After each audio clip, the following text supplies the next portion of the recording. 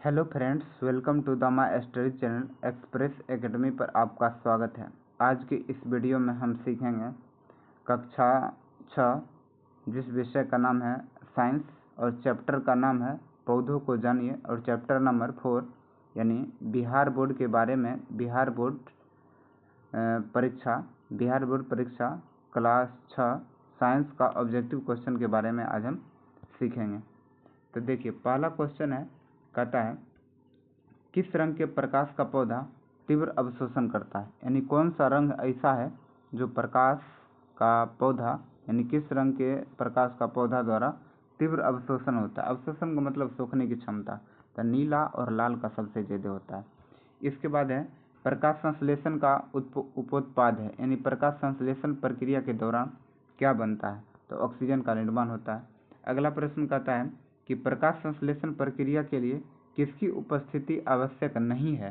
तो देखिए, ऑक्सीजन की आवश्यकता नहीं है, क्योंकि पौधा जो है पौधा कार्बन डाइऑक्साइड लेता है और ऑक्सीजन देता है, इसलिए इसमें ऑक्सीजन की आवश्यकता नहीं है।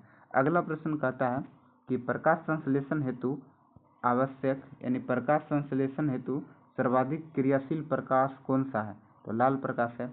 अगला प्रश्न कहता है कि डैश दो गांठों के बीच तने का भाग है, तो इसको क्या कहते हैं, तो इसको इंटरनोड कहते हैं। अगला प्रश्न कहता है कि एक नोड पर पत्तियों की व्यवस्था है, एक नोड पर पत्तियों की व्यवस्था क्या है, तो इसको हम बोलते हैं फाइलटेक्सी। क्या बोलते हैं, फाइलटेक्सी। अगला प्रश्न कहता है कि पेड़ पौधों की शाखाएं को बेहतर यानी पेड़ पौधों की शाखाएं को बाहर की मिट्टी सहारा देती है, जिसे क्या कहते हैं, जिसको हम जड़ कहते हैं। अगला प्रश्न कहता है कि पौधा का कौन सा भाग पत्ती और जड़ को जोड़ता है, तो पौधा का ऐसा कौन सा भाग है जो पत्ती और जड़ को जोड़ता है, तो उसको हम तना कहते हैं।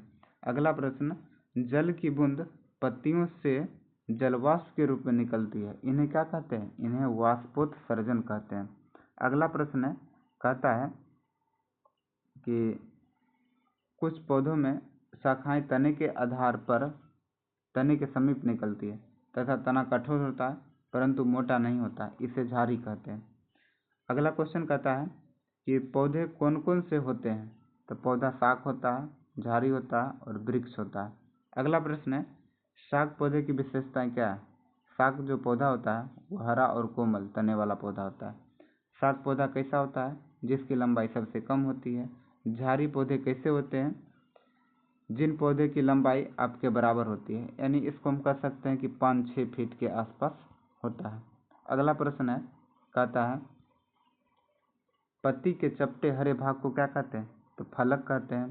पत्ती का वह कौन सा भाग है जिसके द्वारा वह तने से जुड़ी रहती है, उसको क्या कहते हैं, पर्णवृत्त कहते हैं। अगला प्रश्न है, तने और पत्ती को जल कैसे प्राप्त होता है, जड़ से प्राप्त होता है। अगला प्रश्न है कि कमजोर तने वाले पौधे सीधे खड़े नहीं हो सकते हैं, ये भूमि पर फैल जाते हैं, जिसे विसर्पी लता कहते हैं। अगला प्रश्न है, पत्तियों से यानी पत्तियों में सिराओं द्वारा बनाए गए डिजाइन को क्या कहते हैं, सिरा विन्यास कहते हैं। अगला प्रश्न है, कहता है पुष्प के केंद्र में स्थित भाग को क्या कहते हैं, तो स्त्री केसर कहते हैं। अगला प्रश्न है, छोटे और कोमल पौधे क्या कहलाते हैं, तो शाक कहलाते हैं। अगला प्रश्न है, जिन पौधे के तने के आधार पर शाखाएं निकलती है उसे क्या कहते हैं, उसे झाड़ी कहते हैं। तना पौधे में जल का करता है, जल का क्या करता है, संवहन करता है। अगला प्रश्न है, पौधे में वाष्पोत्सर्जन का कार्य किया जाता है, किसके द्वारा किया जाता है, पत्तियों के द्वारा किया जाता है। अगला प्रश्न है, शलजम चुकुंदर किस मूसलाझर का उदाहरण है, तो कुंभी रूपी मूसलाझर का उदाहरण है। विभिन्न फूलों की क्या अलग अलग रंगों होती है, उन्हें क्या कहते हैं, यानी विभिन्न फूलों की अलग अलग रंग होता है, जिसे क्या कहते हैं, पंखुड़ी कहते हैं। अगला प्रश्न है, फूल के कितने भाग होते हैं, 4 भाग होते हैं। पत्ते पर रेखी संरचनाएं कहलाती है, क्या कहलाती है, सिरा कहलाती है। यदि किसी फूल की पंखुड़ियां जुड़ी हो तो उसे फूल में और कौन सा भाग जुड़ा होता है, तो स्त्री केसर जुड़ा रहता है। अगला प्रश्न कहता है कि बीज पुष्प के कौन से भाग से बनता है, बीज जो होता है पुष्प के कौन से भाग से बनता है, तो बीजांड से बनता है।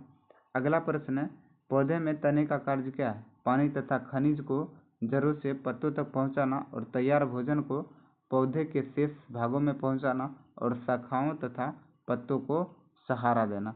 अगला प्रश्न कहता है, जड़ें पौधे को मिट्टी में मजबूती प्रदान करता है।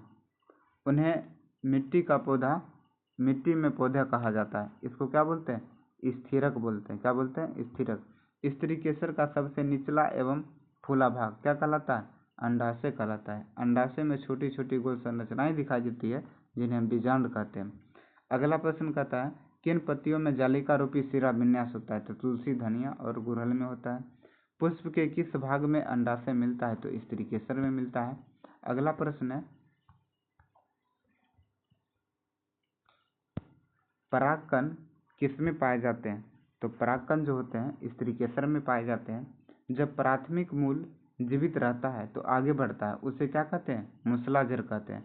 पौधे में किसका कार्य भूमि से जल व पोषक तत्वों का अवशोषण तथा पौधों को सहारा प्रदान करता है? तो जड़ करता है। सरसों का पौधा किस जड़ का उदाहरण है? मूसलाजर का उदाहरण है। गेहूं का पौधा किस जड़ का उदाहरण है? रेशेदार जड़ का उदाहरण है। अगला प्रश्न कहता है, प्रकाश संश्लेषण में निकलने वाली ऑक्सीजन पौधे की जड़ों द्वारा अवशोषित किस प्रकार से होती है? तो जल से होती है। क्या अंडप में उपस्थित रहता है? क्या रहता है अंडप में? बीजांड रहता है। पौधे में गैसों का आदान प्रदान किसके माध्यम से होता है? रंध्र के द्वारा होता है। कमजोर तने पौधे की सहायता से ऊपर चढ़ता है, ऐसे पौधे को आरोही कहते हैं। अगला प्रश्न, प्रकाश संश्लेषण द्वारा हरे पौधे क्या पैदा करते हैं? कार्बनिक द्रव पैदा करते हैं।